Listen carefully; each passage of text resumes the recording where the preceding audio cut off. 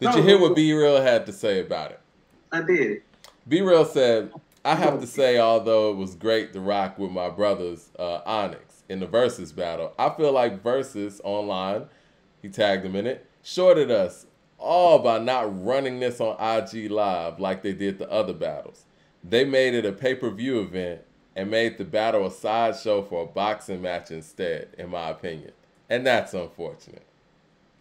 I think from this statement, I think Verzuz is officially done. Not to mention we're all outside now, even though you and I still be doing our show remotely because it kind of works for us. But we'll do some in-studio stuff too. But as far as like that format of Verzuz, man, I think it's over. It was cool while it lasted. But this was, to me, the nail in the coffin. The promotion for this was bad.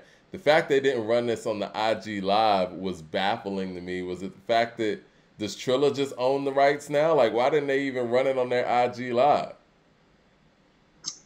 So, Nas the Ghost says there's a lot of greats with no finals MVPs, Mike, that made it to the finals 5 times. Tell me, please. Tell me how many people made it to the finals 5 times who are all-time greats and have no finals MVPs. Cut it out, guys. Elgin Baylor's the only one. Elgin Baylor is we went way back for that one. In the modern era. Oh, nobody. Elgin Baylor lost 9 finals. 8 finals. Because again, we're talking about a team that won 11 fucking rings. Right. It's a different situation. Well, yeah, Elgin Baylor and Jerry West. Elgin Baylor and Jerry West. Not enough to beat Bill Russell and Sam Jones. So in the modern era, guys, there's nobody who's made it to the finals 5 times and has 0 finals MVPs. Not with his legacy or stature. No. No. So Mike, a lot of people think that you're trolling. That is fair critique because he is a top 25 player, and all the other top 25 players that have comparable finals appearances have the rings and the MVPs to go with them. Moses Malone. How many finals Dr. J played in? I think he played in 2. 2. Yeah. Okay. Yeah. Well, okay.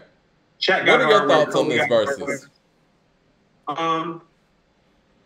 I think LP with the super chat is saying what I was actually about to say, which is what I think you've been saying from the jump, actually. Because I was actually going to talk your shit. He says Swiss and Tim sold out a while ago. Okay, you know what? I want to go a little bit deeper than that. I'll let you go. I want you to go deeper. No, I want you to go deeper to it, actually, because when all of this came up, I actually thought about your initial sentiments about this, which have proven to be spot on, because you questioned whether they were doing this for the culture from the start, or if this wasn't a money marketing opportunity to cash out on the pandemic and make some money while everybody was sitting down. And when this started, those were your sentiments. I want to hear what you have to say because you've been so fortuitous in calling this and how it is unraveled.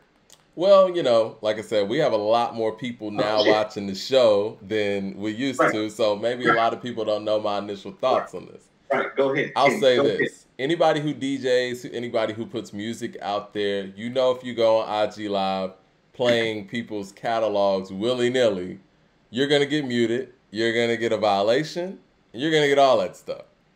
What makes Timbaland and Swiss so different where they're able to go on their IGs and have a relationship with IG and play people's catalogs that they don't own the publishing to?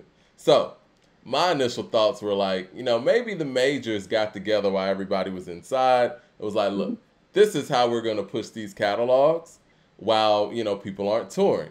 And we need to run it through some credible people, so we'll run it through Swiss and Tim. So my thing, and I could be wrong, this is just my theory, I don't think Swiss and Tim were in charge in the first place. I think the majors were pushing this Verzuz behind them because it never made any sense to me with Bun B, you know, respect to Bun B and everything. He was asking Swiss and Tim if they could do a 8-Ball and MJG and UGK Verzuz. And my thing was like, well, why don't y'all pull out your phone like everybody else and just do it on your own? For whatever reason, they couldn't play their own catalogs without the help of Swiss and Tim, which was weird to me. Not to mention when Bone and, well, Crazy Bone and DJ Paul were initially about to do a Verzuz, and DJ Paul's a little different because a lot of his stuff is underground and is not really owned by the majors. He Mhm. was ready to go.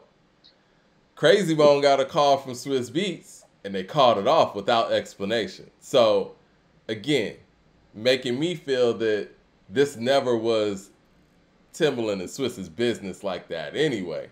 This is something that the majors did, which kind of confirms this a little bit more, that whoever the publishers are probably did a deal with Trilla, and it's very sad that they didn't, I guess they don't have the ability to do the IG Live anymore. Mhm. I don't know. So And you have to ask yourself too, where is the money coming from when it comes to, you know, some of these artists doing a versus? Because Gucci said, and let's just be real here, Gucci ain't really rocking with Jeezy like that. You remember he tweeted out, I'll do a versus if you give me $1 million. Mhm. He went out there and did this versus. They paid this man. He didn't do that for free. Yeah. He did not do that for free. If He any didn't member- sit there and stand in front of Jeezy for free. If anybody is doing this for free, they are tripping. Because this is what you always said it was. It was something that was a money play. And you and I have had multiple shows where we pulled up and addressed, are they really doing it for the culture? Or are they doing it for themselves? And we have both alluded to the fact that it felt like somebody else was pulling the strings. I think they were just figureheads the whole time. Because Right. again, So I want to go to some legendary movie lexicon, because it's actually been, Brambleton's been making me watch Godfather Part 1 and 2 again, which is two of my favorite movies. There's a scene in The Godfather 1 where Marlon Brando, Vito, is talking to Al Pacino's character, Michael, and he talks about how everything happened too fast. It's towards the end, right before his character dies. Mm-hmm. About how everything happened too fast and how he hopes that when his time came, that he would be the one that had the other people on the string and was playing puppet master. He's like, I wanted you to be Senator Corleone, Congressman Corleone, so that you would be the one that was really pulling the strings. That's the admission that it's like, you know, everybody looks at me like this boss, like this kingpin. I'm on the puppet string still. And so what you're seeing musically is that whatever Timbaland and Swiss are to us in this music world, they're still puppets on the fucking string, just like Vito was when he's talking to his son about how he didn't want things to be. And so it just needs to be, once again, context about what it really is, but they lie to us and say, we're doing it for the culture, and then they disappear after they've collected the bag. Mm-hmm. How many times do we fall for this? But I tell you what we're going to do. We about to hijack y'all shit and do it better than y'all, and there's nothing that you niggas can do about it. Have a nice day. Well, all right. The other part of it is, too, man, I've talked to Big Boy, right? I mean, I haven't talked to Big Boy. I'm lying. Right. I've heard Big Boy say. I ain't talked to Swiss or Timbaland either, but we about to run their shit and take it from them, and they ain't going to do shit about it. You threw me off course for a second. What I was going to say is, I've heard Big Boy from Outkast say that he's gotten flagged on his social medias for uploading Outkast material. Watch it happen. Yes. Yeah. I mean, so you're sitting here telling me that these guys never got any flags. So they just went out here and they were able to play whatever. Puppets. They're puppets. They're puppets on a string. And keep in mind, these are men that I'm talking about that are worth not just like a few millions of dollars, but hundreds of millions of dollars individually, and still puppets on a string. Sometimes it's not about the money. It's about the role that you're willing to play, and how you're willing to capitulate. You get what I'm saying? Like, they actually have the money and the power not to be on the string, but being on the string is easier for them to collect their check and disappear on you after they've given you their version of the culture. Well, I think this is the thing, too. When you talk about somebody like Swiss and Tim, which I think, you know, the work they've done speaks for itself. All-time great, especially Tim. I think Tim's probably one of the most talented beat makers that I've ever seen. Like, you get him together with a beat machine, he's going crazy.